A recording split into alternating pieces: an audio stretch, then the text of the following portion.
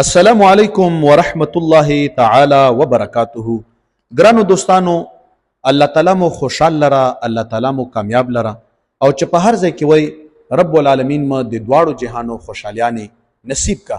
دوستانو ملګرو، یو ملګری او دوست ډیر خفه او ډیر پریشان او وی ویل چې زه په ډیرو مشکلاتو کې راګیر یم او خاص کر د رشتې دا مسله د ما ډیره زیاته بے قراره ده او ډیر زیات خفه یم.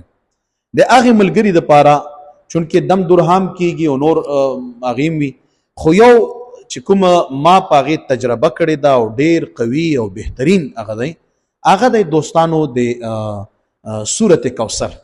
اعوذ بالله من الشیطان الرجیم، بسم الله الرحمن الرحیم. انا اعطیناک الکوثر فصل لربک وانحر ان شانئک هو الابتر.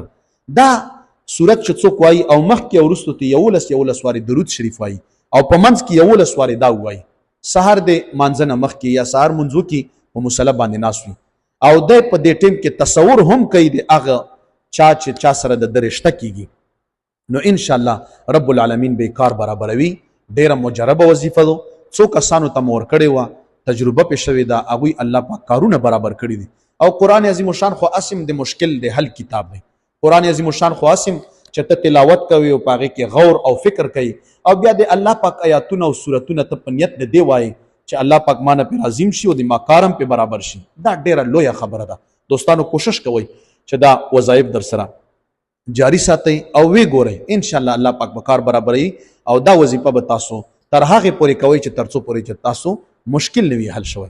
الله مو خوشحال کا، کورونه مو آباد شه او الله پاک هم د خوښې مطابق رشتې نصیب کا. جزاکم الله.